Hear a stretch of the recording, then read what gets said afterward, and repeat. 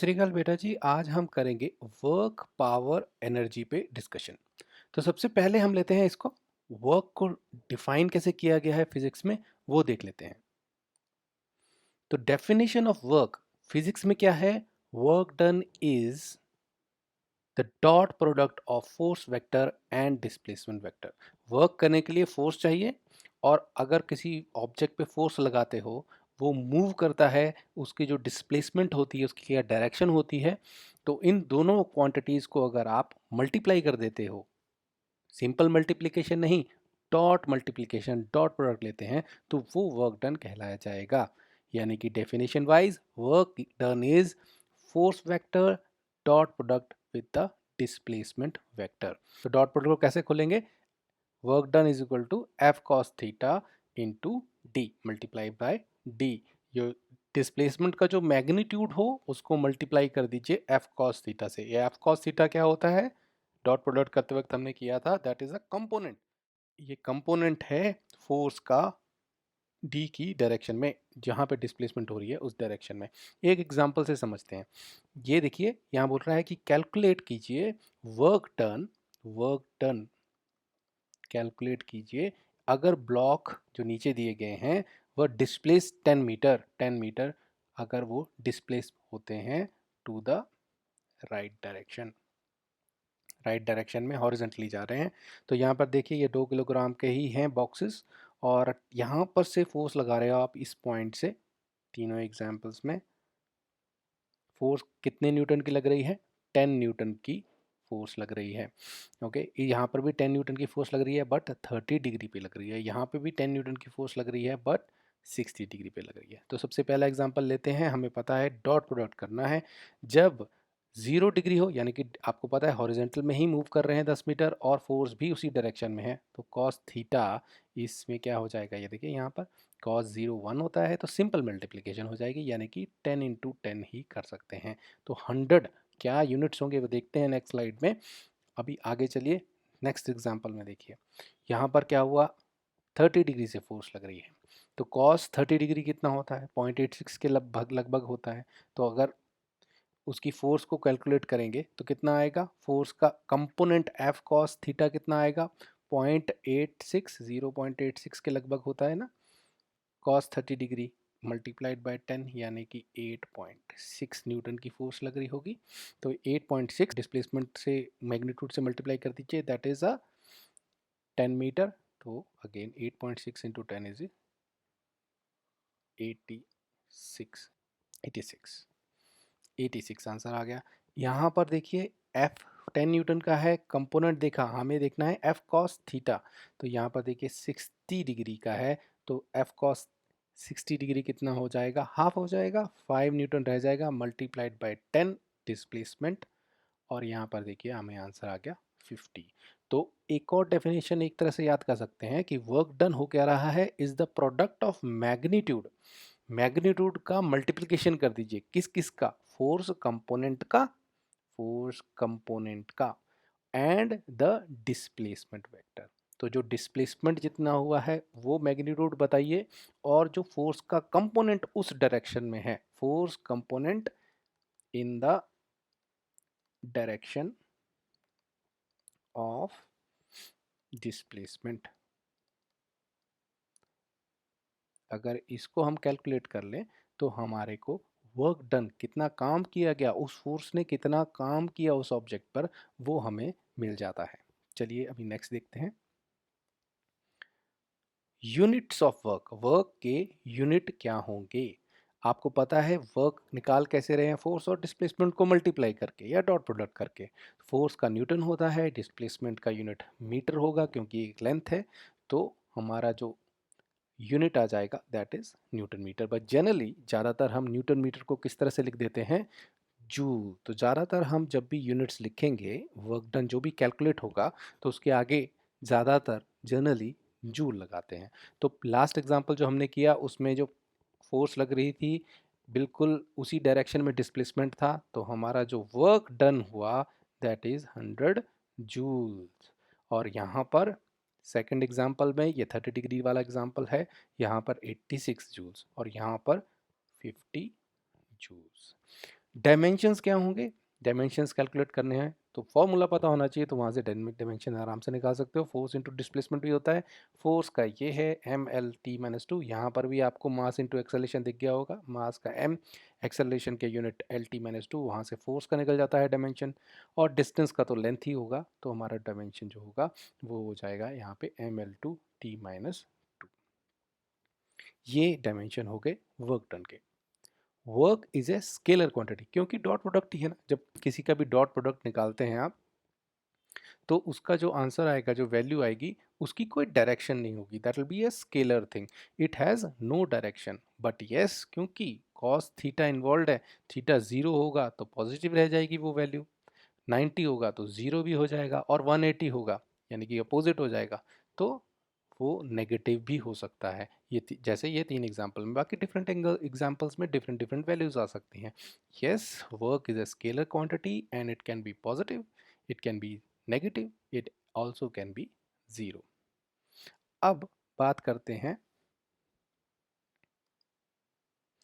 Constant and variable force की। Constant force क्या है, वेरिएबल फोर्स क्या है, एक एग्जांपल से समझ लीजिए। यहाँ पर आपने एक, यहाँ पर एक ऑब्जेक्ट है, एक बॉक्स है, उस पर 10 न्यूटन की फोर्स लगाई, पर देखिए यहाँ पर जैसे जैसे डिस्टेंस जा रहा है, यहाँ मैंने डिस्टेंस माना है 0 से 3 मीटर तक गया है, फोर्स कांस्टेंट रही है। तो इस मामले में वर्क डन कैसे कैलकुलेट करना है, जो आपने पिछला एग्जांपल किया था उसमें एजम्पशन ही होती है कि जो हमारा फोर्स है वो चेंज नहीं हो रहा, हर एक इंस्टेंट पर फोर्स फिक्स थी, यानी कि आप कांस्टेंट फोर्स से उस ऑब्जेक्ट को, उस बॉक्स को आप मूव कर रहे थे, आप चेंज नहीं कर रहे थे।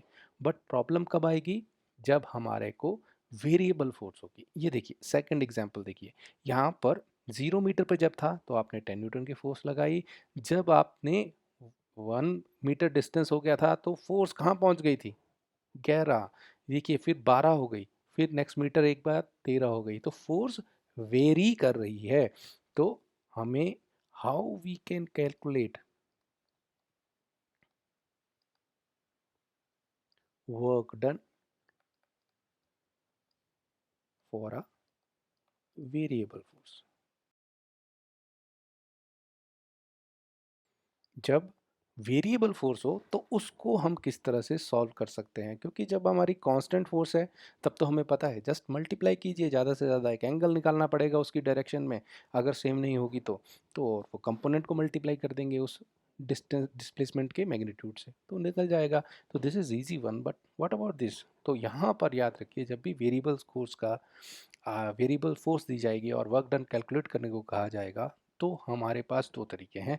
पहला तरीका है ग्राफ्स की हेल्प ले लीजिए, और जो तरीका हमेशा लगेगा या लगा सकते हैं दैट इज़ इंटीग्रेशन। ग्राफ्स हमेशा हम प्लॉट नहीं कर सकते, बट इंटीग्रेशन हम हमेशा कैलकुलेट कर सकते हैं।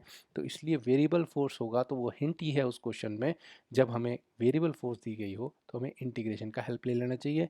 कांस्टेंट फोर्स में तो हम जैसे नॉर्मल अलजेब्रा में जैसे हमने लास्ट क्वेश्चन को अटेंड किया है वैसे ही कर सकते हैं। चलिए अब इस एग्जांपल को समझने के लिए कि वेरिएबल फोर्स में किस तरह से आएगा, हम किस तरह से कर सकते हैं इंटीग्रेशन का यूज़, ये देख लेते हैं। तो इस वेरिएबल फोर्स को अगर मैं एफ एक्स मान लूँ, ये एफ एक्स मान लूँ, ठीक है, तो इसकी कोई इक्वेशन बना सकते हैं। तो अगर आप थोड़ी देर सोचेंगे तो आप निकाल देंगे कि एफ एक्स यहाँ पर एक्स प्लस 10 है, तो दिस इज़ द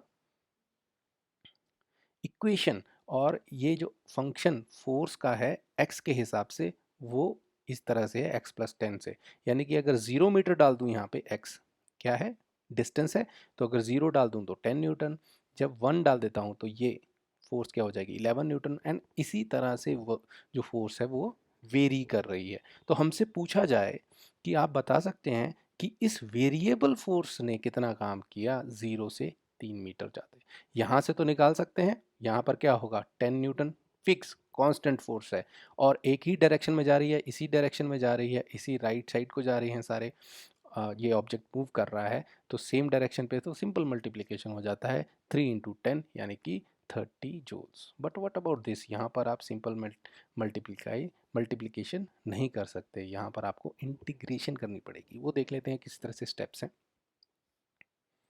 ये अभी इग्नोर कर दीजिए कि ग्राफ से कैसे किया है, पहले इंटीग्रेशन से देख लेते हैं। तो हमने देखा जो फोर्स का फंक्शन था वो इस तरह से डिफाइन हो सकता है। ये ज़्यादातर क्वेश्चन में दे दिया गया होता है कि फोर्स लगाई जा रही है और वो वेरी कर रही है और इसकी इक्वेशन ये है। वैसे हमने ऑब्जर्व करके ये इक्वेशन निकाल ली है। अब हमें क्या करना है, जैसे आपका नॉर्मल में क्या हो रहा था, नॉर्मल एल्जेब्रिक जब प्रॉब्लम थी, कांस्टेंट फोर्स थी तो फोर्स कांस्टेंट है तो एफ डॉट डी करके निकाल ले रहे थे। इंटीग्रेशन में हमें क्या करना है, एक छोटा सा डी एक्स डिस्टेंस के लिए कितना फोर्स ने काम किया वो कैलकुलेट कर लेते हैं। यानी कि this small work D W, इस पे ध्यान दीजिए सेम ही है। यहाँ पे टोटल वर्क है, अभी तक हमने टोटल वर्क नहीं निकाला। इंटीग्रेशन के लिए हम इक्वेशन रेडी कर रहे हैं। दैट स्मॉल वर्क डन कितना होगा, एफ एक्स, यानी कि वो जो फंक्शन जो एक्स डिस्टेंस पर है, फोर्स वेरी कर रही है। तो यहाँ पर अगर मैंने एक्स डिस्टेंस ले लिया और सोचा यहाँ पर एक छोटा सा डिस्प्लेसमेंट हुआ है यहाँ से यहाँ तक डी एक्स का, कि जाना कहाँ से, लिमिट है 0 से 3, पर मैंने यहाँ तक सोचा है अभी तक और एक डी एक्स का डिस्प्लेसमेंट हुआ, तो वर्क डन कितना होगा, वही इस पॉइंट पर बताइए what is the force, that is F x, x के हिसाब से डिफाइन हो जाएगी, और what is the displacement, D x. तो इसको मल्टीप्लाई कर देते हैं, that will give us the small work. अब अगर टोटल वर्क निकालना है 0 से 3 तक, तो हम इंटीग्रेशन कर देते हैं और 0 से 3 तक उसकी लिमिट बांध देते हैं, क्योंकि हमें बताया गया कि 0 से 3 तक कितना वर्क दूंगा वो कैलकुलेट कीजिए। अगर 1 से 3 पूछा होता, 1 मीटर से 3 मीटर, तो वो हम कंडीशन डाल देते। 0 से 10 बोला होता तो 0 से 10। तो ये लिमिट्स डिपेंड करेंगे हमें क्वेश्चन में क्या दिया हुआ है। तो हमने ये 0 से 3 लिख दिया, एफ एक्स डी एक्स। अब देखिए, अब ये इंटीग्रेशन का क्वेश्चन है। अब फिज़िक्स यहीं तक थी, इक्वेशन बनाना, उसको डी एक्स लगाना है, ठीक है, तो वहाँ तक ख़त्म थी। अब इंटीग्रेशन का क्वेश्चन है कि इसको किस तरह से सॉल्व किया जाए। तो एफ एक्स लिख दीजिए, एक्स प्लस 10 डी एक्स, क्योंकि एक्स प्लस 10 ही है हमारा डी एक्स। अब डी एक्स को अंदर मल्टीप्लाई कर रहा हूँ, x D x plus 10 D x.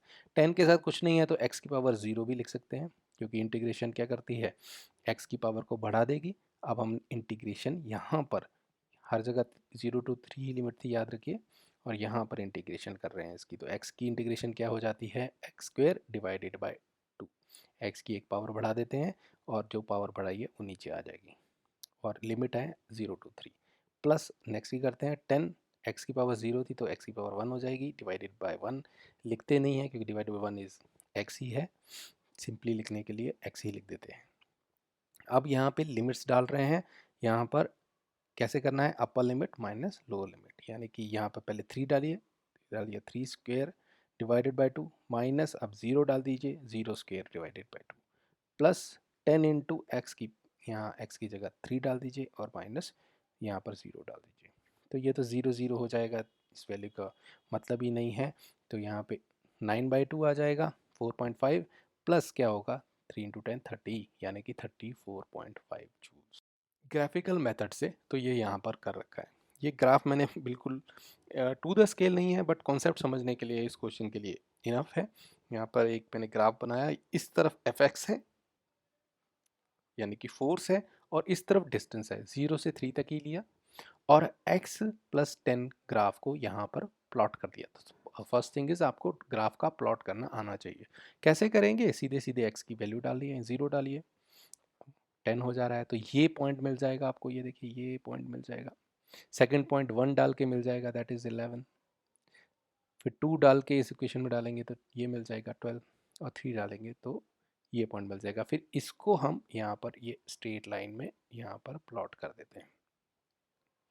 तो ये प्लॉट कर दिया। अब हमें सिर्फ एरिया निकालना है इस कर्व के अंडर क्या है। तो देखिए, अगर इसके अंडर मुझे एरिया निकालना हो तो क्या करेंगे, ये एक आ गया, ये रेक्टेंगल है, मैंने ये अपनी कन्वीनियंस के लिए किया क्योंकि हमें सीधे सीधे एरिया निकालना नहीं आता, तो हमने एक रेक्टेंगल में बांट लिया और एक ट्रायंगल में बांट लिया। इस रेक्टेंगल का एरिया क्या होगा, ये देखिए 3 है यहाँ पर, और यहाँ पर क्या है 10 है, लेंथ इंटू ब्रेथ क्या होगी 30 हो जाएगी। और यहाँ पर देखिए, यहाँ पर इस ट्राइंगल का क्या एरिया आएगा, वो आएगा half into base into height. Base कितना है 3, हाइट भी 3, तो हाफ इंटू 3 इंटू 3 यहाँ पर करा हुआ है मैंने, और 9/2 क्या हो जाएगा 4.5। दोनों का एरिया ऐड कर लें तो इस कर्व के अंडर एरिया मिल जाता है। 30 प्लस 4.5 इज 34.5 जूल्स।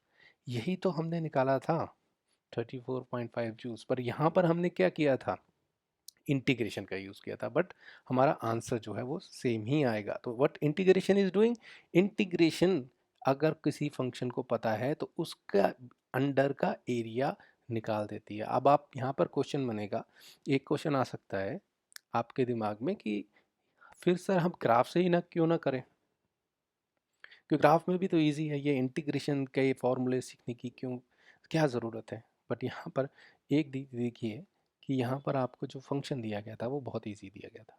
अगर मैं F X equal to X square बोल दूँ और ये देखिए इस तरह का ग्राफ बनता है कुछ, राइट, इस तरह का ग्राफ बनेगा, और 0 से 3 तक आपको बोलूँ कि बताइए वर्क डन कितना होगा। अगर फोर्स इस तरह से वेरी कर रही है अब, यानी कि जब एक्स 1 हो जाएगा यानी कि 1 मीटर हो जाएगा तो 1, 2 हो जाएगा तो 4, 3 हो जाएगा तो 9, 4 हो जाएगा तो 16 एंड सो ऑन।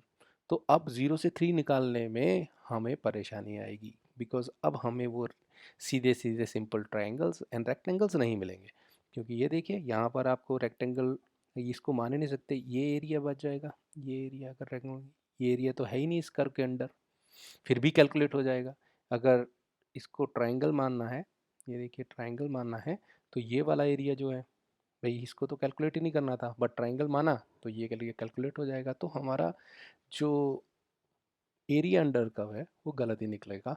ग्राफिकल तरीके से निकालने में बहुत मुश्किल आएगी, निकाल तो सकते ही हैं, but that is a very tedious job. तो वो क्यों करना है जब हमें सिंपल मेथड में पता है इंटीग्रेशन का। Integration will give us, integration क्या करेगी, उस कर्व के अंडर हमें वो जो है एरिया दे देगी, and that area is our work done. तो वही तो हमारा वर्क डन होगा।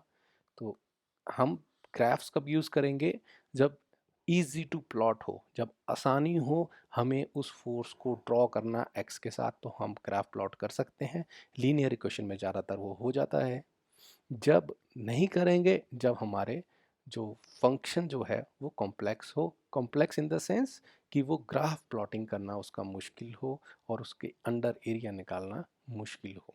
तो ज़्यादातर लीनियर इक्वेशंस में हम ग्राफ प्लॉट कर लेते हैं क्योंकि इजी हैं।